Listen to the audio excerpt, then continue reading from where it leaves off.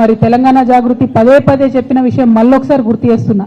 ఇదంతా ఎందుకు జరుగుతుందంటే నీళ్ల విషయంలో ఆంధ్రాలో పనిచేసినటువంటి ఆదిత్యనాథ్ దాస్ గారిని తెలంగాణకు అడ్వైజరీగా పెట్టుకున్నప్పటి నుంచే ఈ ఇబ్బందులన్నీ జరుగుతున్నాయి. వారిని తక్షణమే తొలగించండి.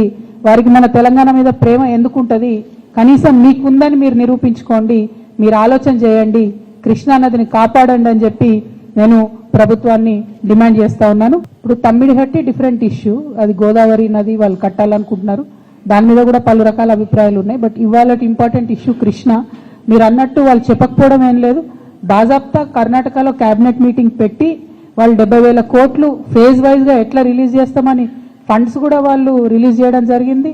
అదేవిధంగా ల్యాండ్ అక్విజిషన్ ఫేజ్ వైజ్ ఎట్లా చేస్తామని కూడా వాళ్ళు ప్రాపర్ ప్రణాళిక రూపొందించుకొని క్యాబినెట్ అంతా కూడా ఒక దగ్గర కూర్చొని చెప్పిన తర్వాత నిర్ణయం జరగలేదు అని చెప్పి ఇట్లాంటి మాటలు మాట్లాడడం నిజంగా కూడా మీ మహబూబ్ నగర్ బిడ్డలకు, నల్గొండ బిడ్డలకు వాళ్ళకు ద్రోహం చేయడం తప్ప ఇంకోటి కాదని చెప్పి నేను భావిస్తా ఉన్నాను. ఇప్పుడు సీఎం గారు ఏమన్నారు అన్నది నాకు తెలియదు, కానీ తెలంగాణ ప్రజలు అనుకుంటున్న విషయమే కదా, తెలంగాణ ప్రజలందరూ గమనిస్తున్న విషయమే.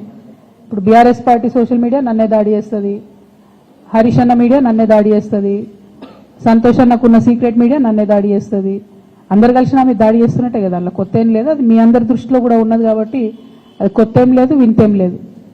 ఎక్కడ మాట్లాడిరండి, ఒక్కసారి కూడా కనీసం బీసీల మీటింగ్ రివ్యూ తీసుకోవడం లేదు సీఎం గారు. మేము పదే పదే కోరుతున్నాం, నిన్న కూడా మన తెలంగాణ జాగృతి నుండి కూడా మళ్ళీ చెప్పినాం మేము, మీరు కనుక తక్షణం నిర్ణయం తీసుకోకపోతే ఇక మంత్రుల ఇల్లు ముట్టడించుడు ఉంటుంది ఫస్ట్ ఫేజ్ లో, ఇంకా కూడా నిర్ణయం తీసుకోకపోతే ముఖ్యమంత్రి గారి ఇల్లు కూడా ముట్టడించాల్సి వస్తుంది. ఎందుకంటే 30 తారీఖు నాడు ఎన్నికలని చెప్తే కూడా కనీసం బాధ్యత లేకుండా మాట్లాడకుండా చివరి నిమిషంలో కోర్టుకు పోదాంలే అనేటటువంటి ఒక వైఖరి నిర్లక్ష్యపూరితమైన వైఖరి రాష్ట్ర ప్రభుత్వం చేస్తా ఉన్నది. ఇది బీసీలను వారు పట్టించుకోవట్లేదు అనడానికి సంకేతం. మా పోరాటం మాత్రం ఆగదు, ఖచ్చితంగా చాలా సీరియస్ గానే ముట్టడి కూడా ప్లాన్ చేస్తాం.